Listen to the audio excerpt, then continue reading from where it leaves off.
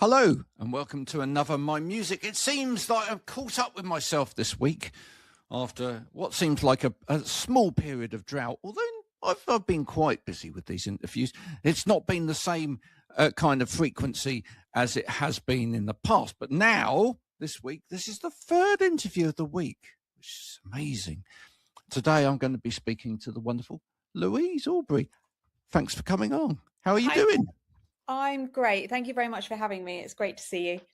Cool. Where did music start for you? I guess probably, in the womb. Wow. Yeah. Yeah. Blame mum. Yeah, exactly. Well, my parents, although not sort of in music or in the industry or anything, they just loved music. So honestly, from as long as I can remember, they just had like huge collection of music from everywhere from like Sinatra and Elvis, but then so eclectic, like the New York Dolls and the punk scene and just so much. And then I started writing, I guess, when I was probably in my teens, but I first started doing music properly when I went to the local studios in North London, close to where I live, just to get a bit of experience about how things worked and, you know, just kind of recording and studio vibes. And through that studio, I met Boz Boorer, who is most known for being Morrissey's like guitarist, MD, musical director, and with the Polecats as well, because the guys there knew him from old. And so I kind of got to know Boz and we just started chatting. I moved to New York, and when I was in New York, I caught up with him when he was on tour with Morrissey, and he said, "You fancy doing, if you fancy doing some recording, I've got a studio, so come out and do that." So that was the first time I really did any recording. He has a studio in Portugal, so I went out to his beautiful place in Portugal and made a record, and since then I've just basically continued, really. Wow, that's amazing, isn't it? What a great story. Yeah. Was he in a frame of mind to do something that was a little bit more positive? Boz is a really positive person. He's a really he's a great person anyway, and he just loves working with anyone and everyone. You know, he's always so busy, and he's great. Yeah. Maybe behind the scenes, Morrissey's actually quite a laugh. Do you think? Have you ever got to meet him? I've never met him. No, but my belief is he is a real laugh. Yes. What is it you're writing about? Tell this audience that maybe have never heard your music before. What is it that you're trying to get out into the world?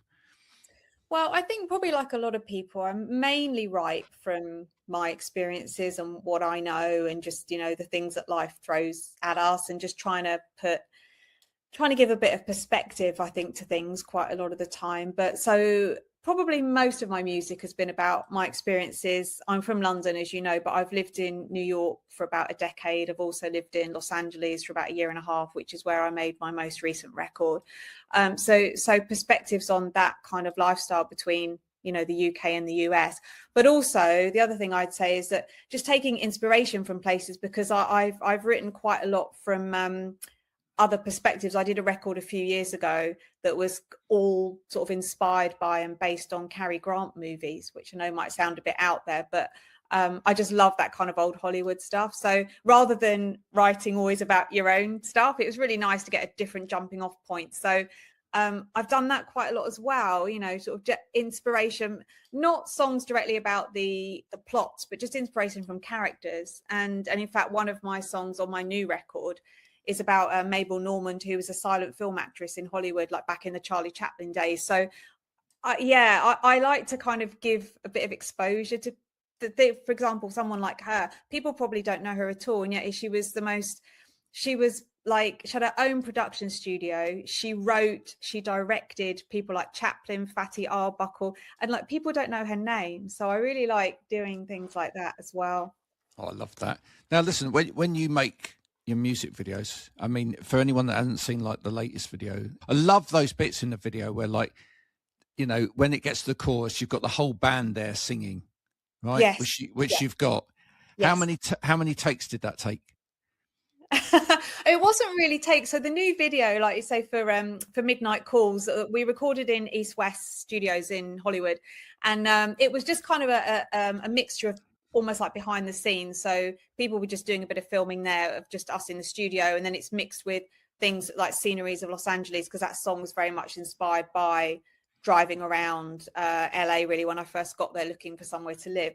So it wasn't actually a case of doing like a formal, hey, we're going to do a video. That one was just kind of like bits that were taken from the studio, because I think people quite like to see the kind of inside, the making stuff. Yeah, well, that's probably the best way, because otherwise, you get like, three guys in a room like that trying to sing, and you tell them that you're filming them, they're just going to mess about. Yeah, I don't think they knew, actually, although they're very, very consensual. But no, that was just the takes, the takes of when we were doing the recording, and managed to get. I haven't got a lot of footage from the studio, because that's the thing. It's like you want to be present and in it. So I'm actually not one of those people that films much at all, even though I know these days you kind of have to. But it was just like, little bits and bobs that we managed to capture. So yeah, it's great. Yeah. But can I ask you about your inspirations musically? Because it's quite.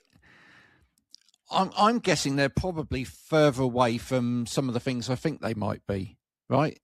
Because when you watch a video like that, like there's elements of like stuff from the 80s, right? With like where you got the big female singers, like Belinda Carlisle and sort of even the stuff like Kim Wilde and stuff like that, those kind of Pat Benatar, do you know what I mean? Those kind of big songs with that big chorus and whatever. But is that where your inspirations lie in terms of music? Because I'm guessing it may be somewhere else as well.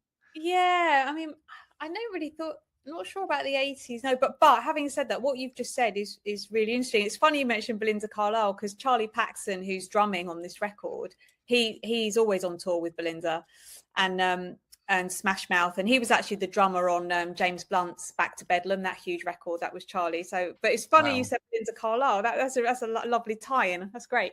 Well, I kind of everywhere and anywhere. So, I mentioned about the classics, kind of Sinatra and Elvis, and I know my music couldn't be, more different. But having said that, the way Sinatra sings, the phrasing, like, there's nobody better phrasing than him, and the kind of delivery and commitment and things like that. So, although again, I would never. Clearly, I'm not the singer he was, but just the approach, I would say, about being, convicted, and just the phrasing. And then, I've said about Elvis. I've got a song on my new record that the video is very much kind of got a nod to Elvis and talks about some Elvis songs. Again, nothing like the music, but I think actual sound-wise, I think that kind of like the chunky guitar. So I love things like, my parents had things like Blondie, and the kind of the New York, and then the kind of post-punk, almost a new wave, things like Talking Heads and Television, and as I say, but like Blondie, and but then also that kind of the chunky guitar things more in this country. Bands, I guess, like Suede, Garbage, that kind of chunky guitar sound that I really like too. And definitely, the Smiths, Morrissey, absolutely. And again, I know my music probably doesn't sound like any of them, but and having I've worked with Boz so much, like he's done lots of recording and producing with me, so I think that influence more on the writing has rubbed off quite a lot. Yeah, see, it's interesting, isn't it, when you dive in behind somebody, right? The influence may come from a completely different place. That's right. But sonically, you could go, oh yeah, this person sounds a bit like this or whatever, but that doesn't necessarily mean where the influence comes from. No, really. That's exactly right. And I think, like, sound-wise, I think my records, this is my 6th record, and I think, I have my sound, and it's interesting when I sort of think, well, maybe I want to do more, maybe I want to go a bit more acoustic or a bit more like, LA Sheen or chunky or whatever it is, but actually it still just sounds like me. So I guess that's the way things come out, I guess. That's just my kind of sound. Yeah, you like a big chorus. I do like a big chorus. Yeah Why not? Yeah. We see that's the thing. I sometimes think that we miss that in modern songwriting, because everybody tries to kind of clip for like the 20-second, 30-second soundbite bit. Yeah, right? It's tricky, isn't it? 'Cause like you say, people don't have that attention span, and it almost like even if you have like a slightly longer intro. I mean, this new record does actually, but yeah, it almost if it hasn't kind of grabbed somebody within 5 seconds, that's what people tell me. So, but yeah, and I remember I've listened to a few kind of songwriters almost saying like when they look at what's around and like top streamers in Spotify, things like that, it's like there's the sort of traditional song structure isn't there for like 90% of it these days. I don't think, you know, you get a lot of beats and loops and what have you. And so, yeah, I mean, I am, although I like, you know, I sort of go down on my own road, I think my songwriting is actually very traditional, you know, and I think that's very influenced by Boz. It just kind of, you know, verse, chorus, break, middle eight, you know. Well, I think it is too. I don't know whether you heard like Sting talking about it, but he was talking about that the resolve in like music from that sort of time that he was, you know, predominantly writing with the Police and then his early stuff, that the resolve in the music was really important emotionally, but like that gets left out so often these days. Like the middle eight, it's not there. It's not, there's nothing to like kick back against what's already been said in the verse, if you know what I mean. So you can't do that kind of like, well, she's in love with him, but then he leaves and he's, you know, but you know, and then the resolve brings it all back emotionally, allows you to bring that bit all back. So it's like, oh, it's okay, but leave it slightly unresolved at the same time. He's saying that is missing from a lot of modern music. That's really interesting. I totally agree. Yeah, I hadn't heard him say that, but yeah, I would agree. And like I say, I'm pretty traditional in the way that I actually structure and arrange songs. I guess, yeah, probably harking back to those older tunes. I guess I must admit I'm not really like modern music. I'm not that up with. I sort of, you know, so back like 60s, 70s, 80s, 90s kind of, yeah. And yet you are, Louise, because you're making music now, so your music is modern. I hope so. Well, yeah, it's modern as in it's new. That's right. Yeah. I was just thinking though, if you asked me kind of like sort of some modern artists or bands, I'm not sure. I don't know how well I'd do. I think, well, that's always been the case though, right? There's always been like those that are in the sort of like the little tight pop circle, but that's a celebrity thing, right? Have you any desire to fit into the celebrity world? Wouldn't think so. No. I'm just, oh, it sounds such a cliche, but I'm just doing it because I love writing and recording, and I always have done. And I'm actually really bad at things like that, you know, with like I said, the social media and people I get it. I completely get it. You know, you need content and posting and just put it out there. But I don't really do much of that. You know, I just sort of the only things I ever really post about is, hey, here's some music, here's a video. I'm not sort of out there saying, you know, all sorts of other stuff, but I get why you have to do it totally. But for me I'm just interested in like working with some really cool, I nearly said magicians then, musicians. Well, maybe they are magicians. Maybe they pull magic out of the studio, you know? Well, they do, don't they? Yeah. But so just like, it's lovely working with, you know, having the opportunity to work in different places, like in London, but then in the US, and different people. That's really just what I love. Like the rest of it, you know, not really. I just like the process of doing it. I love it. Yeah. I love it. True artist. Now, here's the thing. You said that you may avoid doing certain kinds of music because in terms of maybe structure or tonally or whatever, because ultimately what you produce is you. What haven't you had the opportunity to do yet that you would love to do? If no, money's no objects, right? Money's no objects. We can get in anybody that you like. We can throw whatever money at it. That's what would you go? Oh yeah, well, if I had the opportunity to, I'd do that. Oh, that's really interesting. Honestly, I don't really know. I haven't got a good answer for that, because I don't think there is anything that I sort of think, oh, it'd be great. I just feel lucky with what I've been able to do so far. I suppose if you'd have said to me a couple of years ago, you know, would you want to record at East West with a bunch of people who work with really great people? I'd be like, wow, that would be amazing. And then, you know, I was lucky enough to do that. You've done it. Yeah. So I can't think of, I'm sorry, that's a bad answer, but I can't actually think of anything where I'd be like, wow, I'd really like to do that. Okay. So I couldn't tempt you with like the, you know, London Philharmonic Orchestra or, you know, anything like that. There's no sort of like, I'll bring in a, you know, a massive wind section. Yeah, yes, that would be great. And actually, a lot of not so much in this new record, but I've definitely done a bunch of songs with various like strings and things like that. And actually, yeah, that would be really cool. I was almost going to say like or doing some stripped down acoustic stuff as well. But actually, yeah, with like a string section, that would be really cool. Like rearrange some of the songs for that. That would actually be great.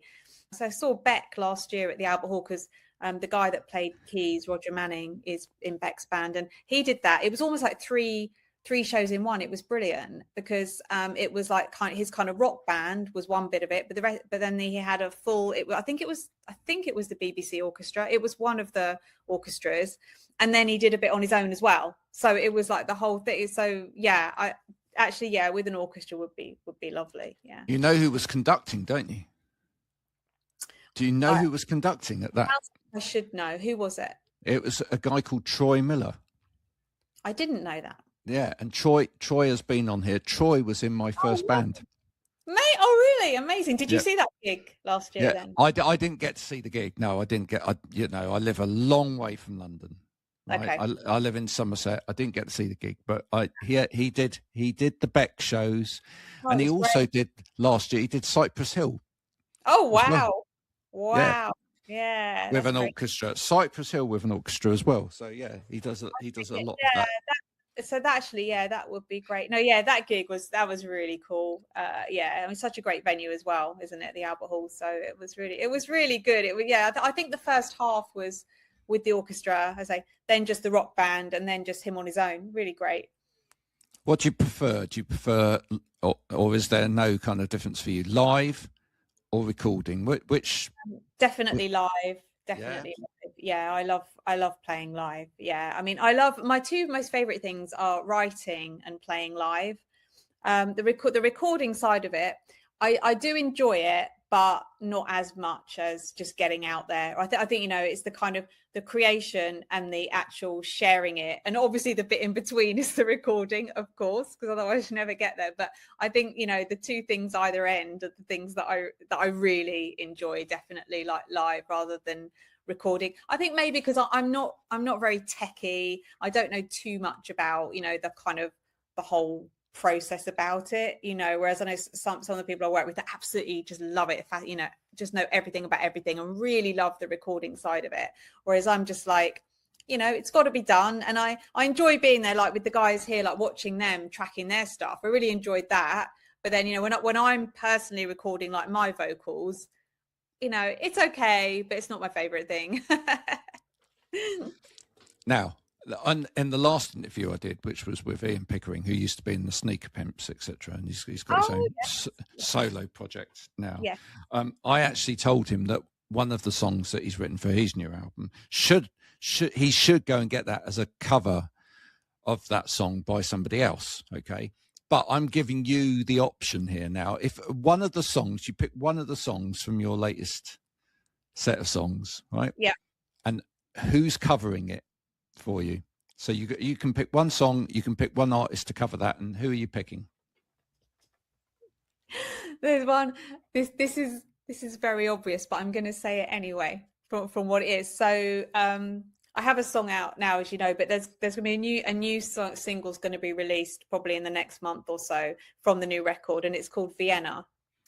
And so right. But it's actually, and of course, I think a lot of people would think of Ultravox, but it's actually inspired by Billy Joel's Vienna. I don't know do you know that song? Right. Yeah, I do. Yeah. It's one of my favorite songs, of his. It's such a beautiful song. So I wrote my Vienna, really inspired, again, not sonically, it's nothing like it, obviously, but the inspiration was from his song. So I'm going to say for Billy Joel to cover my Vienna. Right. Well, we'll tag Billy in on this when it goes out, and if we can make that happen, that would be amazing, wouldn't it? Yeah. Yeah. he's just phenomenal. Yeah. He is absolutely phenomenal. There also was I believe, I'm going to have to go and double check this now afterwards, but I believe there was a pop duo called Vienna at one point as well. Completely different. Was Yeah. it? Yeah, that vaguely ring a bell. Yeah, Yeah, kind of real thing. kind of bubblegum pop type thing. Do you know what I Oh, mean? okay. Yeah. Around the sort of time as the Spice Girls and that sort of thing. So it was Oh, that kind. really? Oh, wow. Yeah, No, I don't remember that, but probably, yeah. That's how funny. definitely not an inspiration for that particular song of yours. I don't think. No, as I say, no. Mine was more about Billy's song. Yeah. Yeah.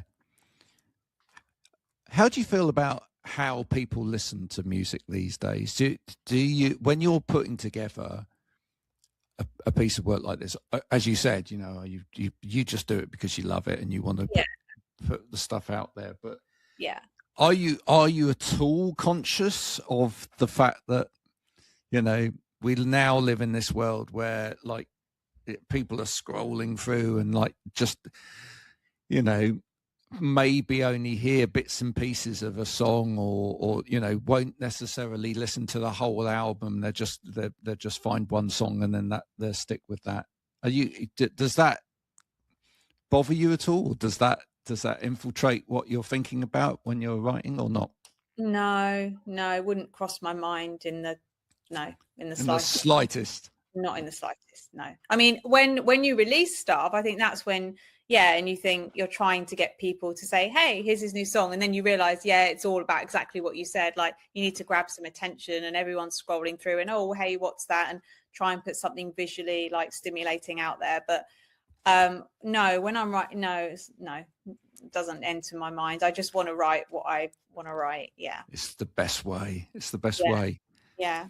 But you did say about Sinatra and you did say about Elvis. Now, obviously, there's kind of a film link there as well. Mm. Would you like something from this album to get a sync? Would you love it to go in the film? What sort of film would it be if you could get a song from this on a sync? Syncs are great. You know, that would be wonderful. But I don't know. I don't know what kind of thing would fit. I mean, you know, I say, like I said before, I really love the old classic movies. That's kind of my thing. Like I say, writing that whole record about Cary Grant films and Hitchcock films and things like that. But for new films, I don't know. I really don't know. I mean, I tell you, I really love like Tarantino. I love like Wes Anderson, the kind of new, you know, not new, but current directors, you know, they're directors that I really like now, but I'm not sure. A little bit edgy, a little bit. Yeah, not you know, not the superhero stuff. That's not my jam. No, I've never seen any of it, so I don't. A lot of it seems to be that kind of stuff now, like these franchises, and not really my cup of tea. So if someone came back with like a classic kind of film noir type film with like, you know, real acting in it, you'd go, yeah, come on, take a track, put it in there. I'll do you another version of it if it needs it. Oh, yeah? Absolutely, yeah, that'd be amazing. Yeah, that'd be great, wouldn't it? Yeah. Or even doing, I think most songwriters, you know, just doing a soundtrack would be amazing too, because you know you have various people, don't you, who've gone from more like popular or rock music now very much into, you know, people like Johnny Greenwood and Trent Reznor and these people who they're very much established as like score people now, aren't they? I mean, I'd love to do that. I'm sure so many people would like, you know, to score a movie or something. I'd love to do that one day. You know, look, you didn't know you're going to get together with the people from East West. You didn't know that was going to happen. So like we manifest it into the world now, Louise. That's right. We tell people I'd like to be on a film soundtrack sometime, and I'll put together a whole score for you, and it might then happen. Yeah, exactly. That's a really good point. So yeah, you never know. You're quite right. I didn't all of the stuff I've done, I never really knew, you know, none of it is really planned. It's all just kind of happened, sort of happy accidents. I never had some grand plan, but I've just been lucky enough to come across. I think, you know, it's who you meet, isn't it? And the opportunities that you get, you know. Yeah, especially with music. Yeah. When you start talking with people in music, you realise what a small world it is. Yeah, for sure. Do for you sure. know? Do you know what I mean? It's like you suddenly realise that somebody knows somebody that knows somebody, and actually, you know, even though like it seems like you're 6 degree, you know, whatever degrees of separation it's meant to be, you know, you find out, oh, actually, I'm quite close to that. Exactly. It's so true. Like when I moved to New York, I didn't know anyone at all, and I went out there and I happened to meet. I went to see Evan Dando do "It's a Shame About Ray," that record that the Lemonheads. Lemonheads. Brilliant. Yeah, just on his own, and I just went. And I'd been in New York a couple of weeks, and I was just on my own, and a girl came up to me. I think she just took pity on me, you know, because I was on my own. Just started chatting to me, but she kind of was. She wasn't a musician herself, but she kind of knew a few people, and she introduced me to another girl who was a singer. And really, from then we said, oh well, why don't we put on a gig, and why don't we share musicians then, and sort of share costs and get some musicians, and just out of there. And then to your point though, so somewhere like that, everyone knows everyone. So I think once you know one or two people, you really do just it's really easy. I think, especially, I don't know so much in London because I haven't really done it, but in New York, it's so small. Manhattan's tiny, and all the music clubs downtown, they're all within a few minutes walk of each other, and everyone knows everyone. So it was actually very easy for me to then like meet more musicians. And I think once you're in with one or two, and it's the same as I say with just generally, you think, oh, I met Boz by chance, but then introduced to various other people, just, oh, I know this guy and I know this guy, and before you know it, you have got like a network. So it is, I guess it's like that with any industry, but most certainly with things like music and creative. I think it's the same with like acting and movies and stuff. I think it is like a bit of a community, isn't it? It certainly is. Listen, Louise, it's been lovely getting to know you today. The time just flies by. You too. On here, it really does. Before we go, when's the new song coming out? So Midnight Calls is actually out now. That's now, yeah. Out now. So there'll be an album coming out later in the summer. Later in the summer. So save up your pennies now, folks. And where will that be available? The normal streaming platforms, and then when we release the album, we'll have like vinyl and CD, etc. as well. So okay, well look, do the streaming thing, whatever, folks, but at the same time, save your pennies up now, and then when the album comes out, actually spend some money, buy the album, get the CD, get the album, buy the t-shirt, which inevitably will come with it as well.